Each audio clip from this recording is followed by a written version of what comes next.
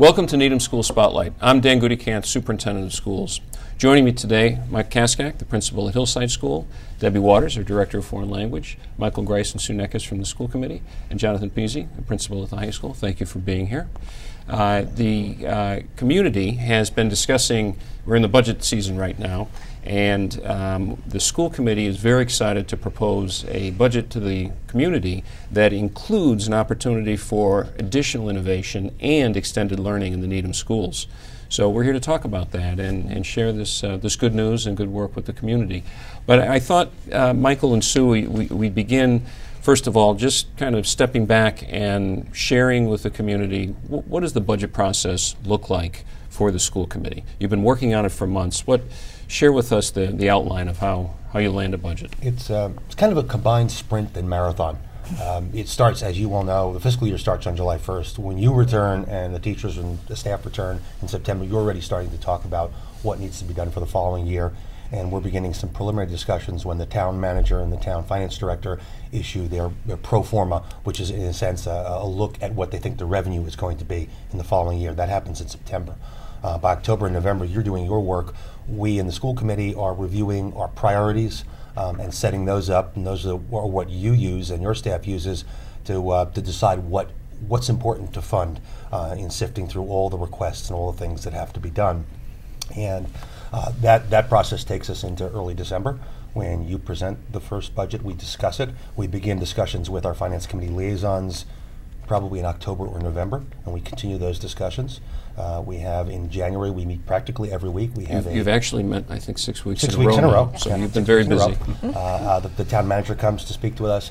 We are looking at town revenues. We are looking at some of the other budgets and working with the finance committee and the selectmen and the town manager. And in essence, we're all trying to come to an agreement by sometime in February on a balanced budget. Now, for us as a school committee, we've set some priorities that we look at every year, which include meeting all the demands and mandates on us, from special education to English language learning to teacher evaluation. We look very carefully at how we are providing an effective, motivated staff and preparing for their development. We are considering some of the other priorities that we need for the system, like evaluating and constantly improving our curriculum. So we have some priorities in addition to the values and the goals that we've set for the system. So all those go into what we give back to you to say, these are your priorities, and when you come to us with a budget, we want to see that what you've asked for fits in those lines. We've addressed those. We've addressed those. So, Sue, when you think about the budget process, the school committee actually votes priorities for us and tells us this is what we would like you to think about. What's of particular interest to you? What do you want administrators to pay attention to in the budget? What are your priorities as you think about it? Well, I think it's sort of in several stages. I think we have to look at what do we need to do in order to continue to provide the same level of services that we have. So, is there changes in the population that we need to adjust for? Are we growing? Are we growing at different levels? We know it costs more to educate students at the secondary level. So we need to see that we're putting our resources where we need them the most. And then we, as Michael mentioned about mandates, we know that there's a lot going on that the schools are having to respond to with the Common Core. So we're paying attention to, are we addressing those needs? And what can we do better? I think we don't get to do a lot all the time, a little bit better, but if we can continue to improve, at least incrementally every year, and then maybe sometimes a little bit more, then I think we can make a real difference in the education that we're providing for our students in our schools. But I also know that we have to be mindful of our entire community, and we have to be respectful of that we are one community. There are multiple needs, and we need to work in line with everybody else. Well, and the school budget is the largest share of the whole town budget. But you're right. I mean, the town, from public safety and public services, has a lot of needs in the schools, and I think over the last few years those needs have generally been addressed, but it's been fairly quiet. It hasn't been a big ask, if you will, from the town or the school side, because the economy has been tricky and revenues have been a little uncertain. But it seems that we might be in a little better place. Well, Dan, I think that one of the things that we have done collectively with the town manager, with the finance committee over the last several years, is all those discussions that happen early mean that when we're looking at a target, which we are, we're thinking about what you're going to ask for. We're getting a sense of what the town's needs are, so that we can kind of come to that target. Because the idea is that when the town manager issues her balanced budget at the end of January, what we would ideally like is the requests that we're making and what she has come together to meet the revenues. And then the finance committee does their work, but that's what we were able to do this year. So, we're starting from a place where the needs to continue the system and to basically do what we need to do and what the town has asked for are matching the revenues. And I think that sets a good backdrop for what we're talking about here with the supplemental budget. Well, and so at the end of the day in January, the school committee voted a budget that's about 4.8% over your current budget. That's about $2.5 million more. It appears that the town manager believes that it's in line with expected revenue, so that's a good news piece, and that's where it's at now. You wanted to add a piece. Well, I was just going to say that we also continue, and I think we're going to talk about our supplemental requests, but we look at data and information that we have been talking to parents, we've been surveying parents, we've done a number of our own internal reviews on our curriculum, and we know that there are some needs that we haven't been able to address. And I think this is a good opportunity for us this year. Well, so the school committee gives the administration some direction, and over time, over many years in fact, the administration, working with the school committee and the community, has tried to address some of these issues. One of the areas that we have spent some time on is with our curriculum program reviews, Debbie, that actually, Michael, you've been involved in, Jonathan, you've been involved in, we all have, and members of the school committee. Sue, I think, Michael, you have been, everyone's been involved in these reviews. And the community should know that the Needham very smartly, under Terry Duggan's leadership, our director of curriculum, dives into each curricular area to see how are we doing, what could we be doing better, what are our needs and challenges. And you most recently completed one, a foreign language review. So tell us about that process and a couple of the conclusions. So the program review it's a terrific opportunity to really take an in-depth look at a program. And we begin by bringing a lot of people to the table. We have teachers, so we had world language teachers from middle school and high school. We have parents, we have school committee members, we have administrators, and we really take a big, wide look at the program. And then we frame some sort of essential questions, and then we start digging deeper. And in the case of our program review, we had a bunch of different ways to collect data. We surveyed students, we surveyed teachers, we surveyed the community, parents. We went and visited other communities, we surveyed other communities. We looked at data. So we really are trying to get a good picture of where the program is. And for world language, it was the first time it had been done in a long time. And some very interesting things came out of the program review. I think one of the biggest was 92% of parents want their children to start the study of a world language in elementary school. And that was really a strong sense coming out of it, and we really, we'd heard anecdotally from people, but actually going out and doing a survey and hearing that strong desire was really critical. So that was one of the big things that came out of it. In terms of the high school, we identified areas where we needed to add courses, and so we've been able to do that.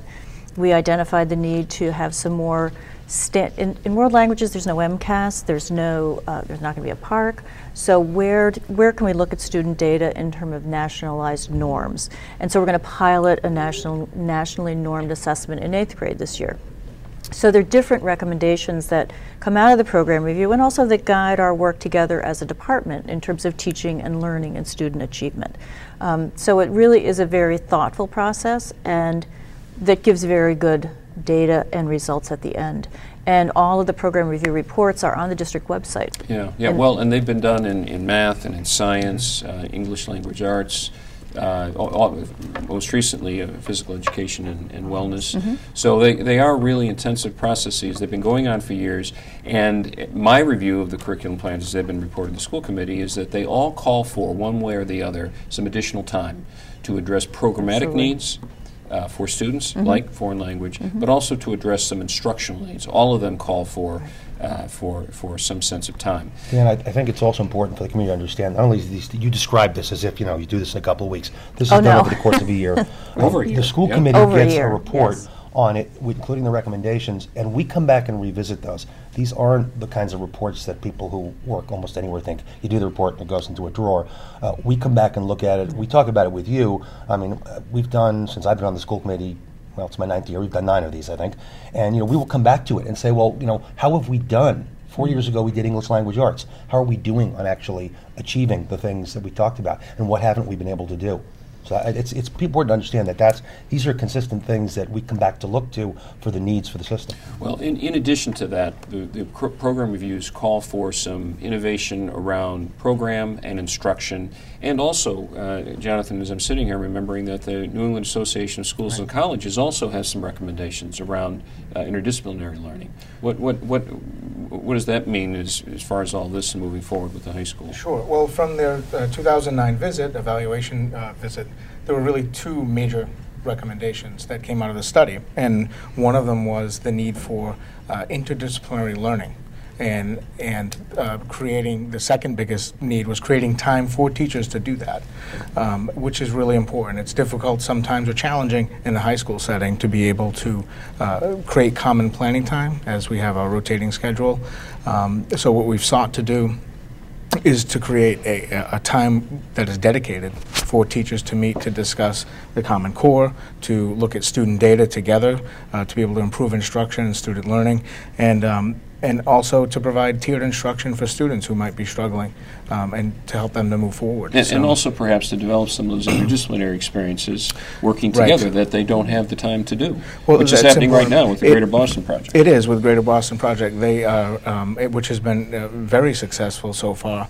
We're finding now that with the interdisciplinary work in that course, as students, they're all seniors, and as they return from their interviews with colleges, they're telling us that once they mention this and it's on the application, this interdisciplinary course, it really takes over the interview. That's what the colleges want to talk about. And that whole course and this effort responds to that.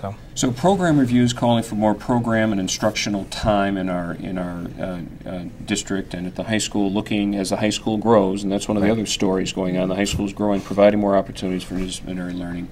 Michael, you have been a strong proponent of a variety of different areas of our curriculum, and one of them is around physical education and wellness. I know you are a big, strong proponent of kids being active, and also STEAM, science, technology, engineering, arts, mathematics.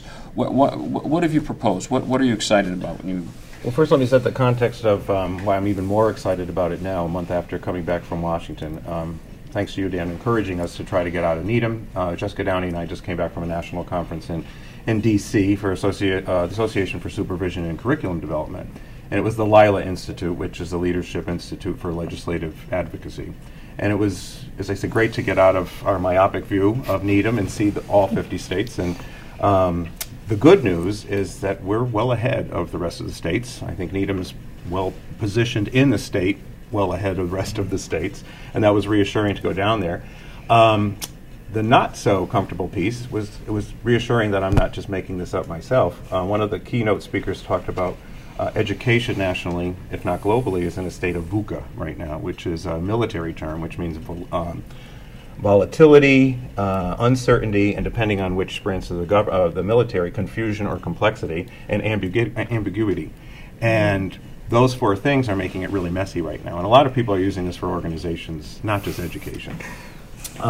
And a big part of that is due to this reform fatigue. So we have teachers have all of these things coming down the pike at once. We have to be new endorsements in SEI, Sheltered English Immersion in Massachusetts. We have the Common Core coming in after No Child Left Behind. Common Core now, MCAS is being replaced by PARC.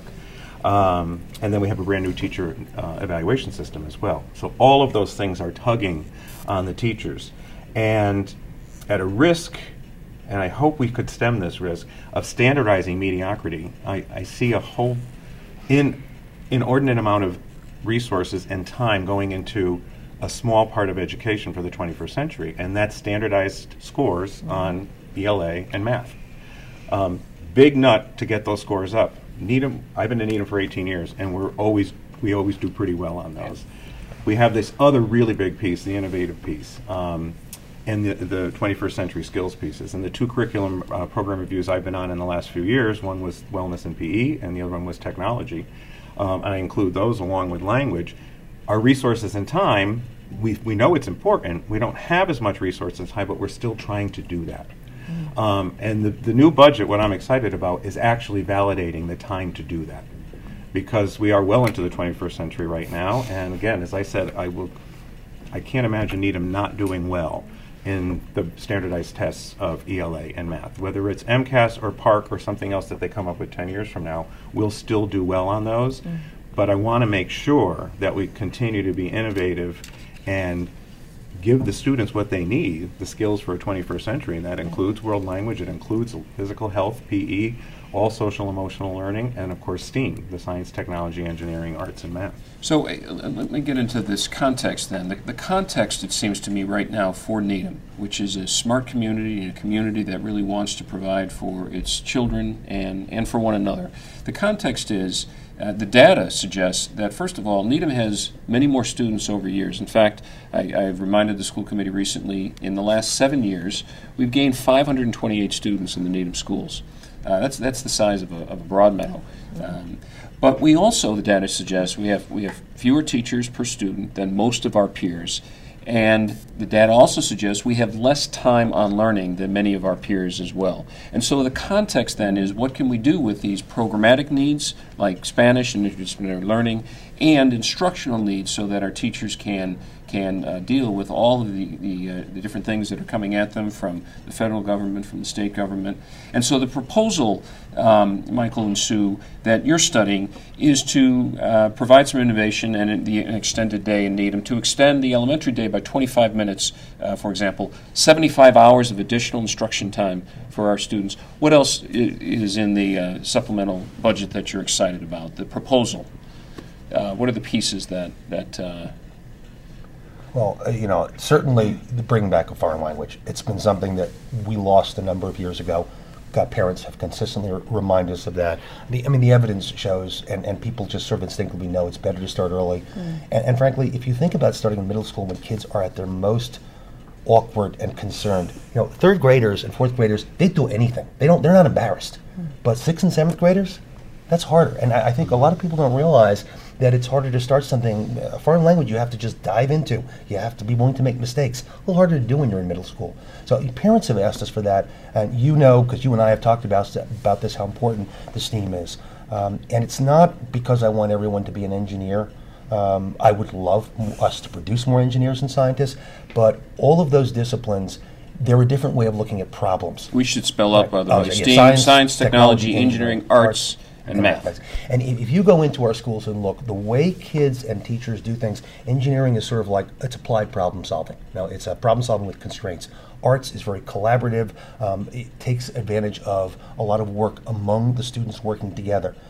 Music is a whole group of students working together consistently. Those are all incredibly valuable skills. Even if you don't become a musician, if you're not an artist, or if you're not an engineer, you are learning different ways to solve problems. And the more of that we can expose our kids to early, the better off they will be to be productive citizens. That's kind of my excitement. And unfortunately, we don't have the measures for success in those 21st century skill areas. We have very good measures, overkill measures in my opinion, for multiple choice tests for English language arts and math. But to measure the things you're talking about, Michael, is a very different type of thing.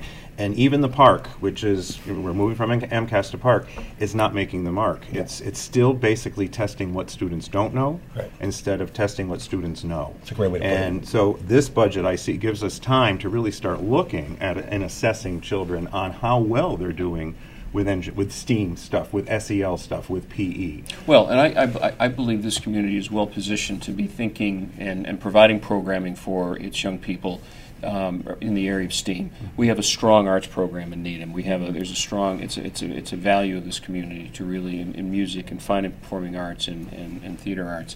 And just within this community, the corporations that exist, that partner with us on a regular basis for robotics. Olin College is in our backyard, and the Olin students are all over our schools helping out and interacting and collaborating with us. So there's just a neat juxtaposition and possibility to make some things happen. Before we get to some of the costs, and I'm still going to ask you maybe outline outline some of the costs of this this proposal. Debbie, when would what's the idea about when foreign languages would start generally? What's the continuum? What might that be? So with this proposal for extended time every day, in first grade there would be one 40-minute class a week, and that would be true in second grade as well. And in third, fourth, and fifth grades, it would be two 40-minute classes a week. So that really will give students a great start in learning another language, and in this case we think it will be Spanish. And we've seen, I've been here a long time, and I was in the original elementary program, and it's been difficult to see the drop in student achievement and sort of commitment to language that has resulted from exactly what you were saying about the later start. So I'm really excited about the opportunity for elementary students to begin their language study, because it benefits them not just with language but with everything else. And the research is clear about that. Right. And it also, the proposal talks about expanding physical education. Michael, what's the thinking around that? Well, it's not just physical education, it's physical education and wellness. Okay. And again, principal of Hillside School, if we have the extra pieces in the budget for PE, we may not be able to fit in our gym. So we have to think outside of the box, and we really think about what can be done in the classroom, whether it's things that tie in with our social emotional curriculum, our responsive classroom curriculum, yoga, relaxation, things like that, which just makes a more well-rounded person. And again, the research is there, which shows that kids do perform better, even on those standardized bubble tests, which we do quite well on in Needham, if they move, if they take care of themselves. The movement piece is important to you. I know you're a big proponent of getting kids out and about. Right. And well, it's also, I began talking before about some of the stress that's put on the teachers. And no matter how well we try to hide it, that stress around adults, whether it's parents and teachers, translates to students. So de-stressing is very important on this day and age. And a few years ago, I was in a seminar about legal things in education, and the person running it put up something that really kind of changed my mind a bit, going from a teacher to a principal. I can now see the value of it, but as a teacher I say, well, I don't have enough time to teach those social emotional skills because I have to cover my curriculum. And the woman said, well, in this day and age, very few people are fired because they can't do something. They're fired because they don't get along with people. So to really take the time to set up a community in the classroom, to have kids work together, to learn to be resilient, it really pays off in huge amounts by the end of the school year, and I would imagine by the end of 13 years in Needham Public Schools too, from kindergarten to 12th grade, that if we really take the time to really address those well-balanced needs for a person to be available for learning, we're going to be servicing them the best when they get out of high school. And that really, we see that with interdisciplinary learning. We talk about this confluence of subject areas. Really, when we speak with professors at Olin College and our other resources, we know that it's the biggest learning, aside from that, the subject area, in addition to the subject area, is students learning about themselves as members of a team and how they can work together. And when we put together interdisciplinary learning and the end of it being challenge-based learning, rather than presenting students with material to say, this is a challenge you need to solve with your team, how will you go about that? So it really provides students with the opportunity to learn about themselves, and the earlier we start that conversation, the better. so the plan for innovation and extended learning extends the elementary day and provides some new programming in physical education, wellness, foreign language, and science, technology, engineering, arts, mathematics, which is perfectly exciting and really will complement the day. It doesn't take anything away from the day. It really complements, enriches, and supports what's going on right now. At the middle school, the day would be extended as well. New programming is not proposed at the middle school, but more time just really for teachers and students to take a deep breath and provide a little bit more time so that students can complete an assignment, ask a question, and really make sure that their day goes well. The middle school day was extended by about 15 minutes about 5 or 6 years ago, so this pulls that together. So we have this programmatic possibility here that's very exciting in this supplemental plan the school committee is considering. Jonathan, I just want you to touch upon at the high school. What about, we're not planning on adding time at the high school, but we are talking about providing more time for teachers to work together. What would that look like? It would look like there are several iterations, and in fact I'm working with the faculty council now to talk about that. We have some priorities that we want to address with this time. One of them is certainly around interdisciplinary learning. Having dedicated time for teachers from across departments to be able to come together during a work day, school day, to be able to plan these types of projects, whether it's challenge-based learning or a class or a unit.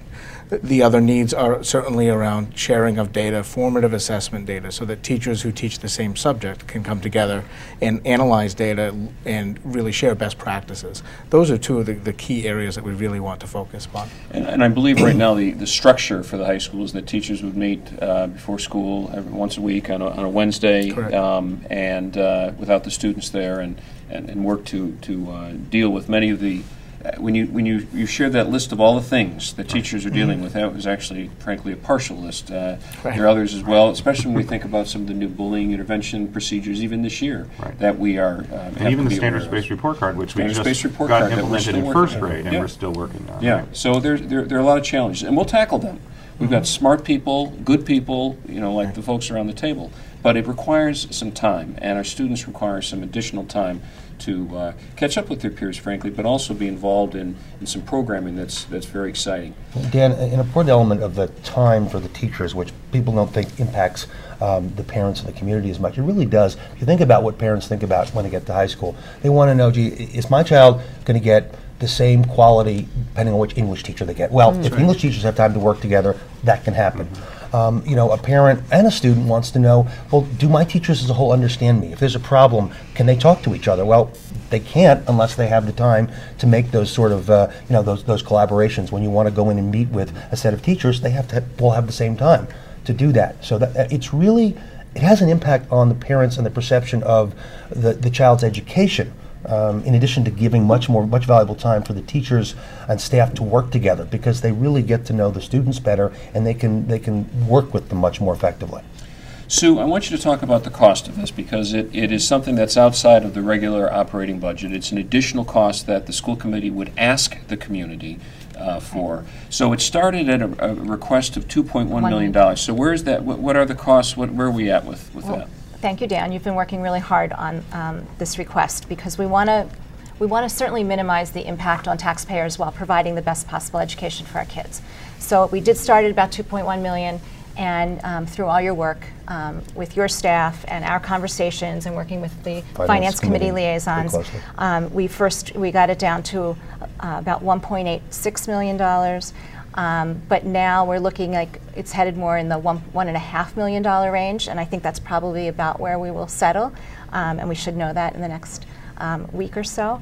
But most of the money is related to we need to bring on some new teachers, because we're adding curriculum, we're adding Spanish and all these other opportunities in the elementary schools, so we need to bring on new teachers. But we're also asking a lot from our current teachers in the form of additional time, and so we want to make sure they're fairly compensated for that. And there's money in this supplemental request as well for that purpose. So as we kind of wrap up this conversation, I just want to be sure that the request, the school committee has a budget request of 4.8% for its regular operations, and you may come to the community with an override request for around $1.5 million to provide for innovation and extended learning in the Needham schools. It's very exciting, and the other thing I want to point out is that it's absolutely the case that there has been a huge amount of collaboration on behalf of the school committee, the finance committee, and the selectmen to really work hard and smart together to minimize the cost to taxpayers, but also to tell the story of what the needs are in the Needham schools. Just real briefly, Sue, do parents want, we haven't talked about this, but do parents want something like this in the first place? Absolutely. We had done a survey of parents, and they were very strongly, I think, close to 90% in favor of adding additional time for learning. And then we've been out talking to people in the community. We've been at meetings at different schools, and there's been overwhelming support for the programming as well as the time. And many would like us to do more. But I will say that the principals would like more time with their teachers, and, well, it's very exciting, and I would encourage the Needham community to go to the school district's website. On the main page on the right-hand side, you can click on to Innovation and Extended Learning to learn about this proposal. And I wish the school committee luck. I wish everybody, Michael and Debbie and Jonathan, thank you for your hard work around this, and we look forward to this being successful. Thanks, Dan. Thank you very much, Dan.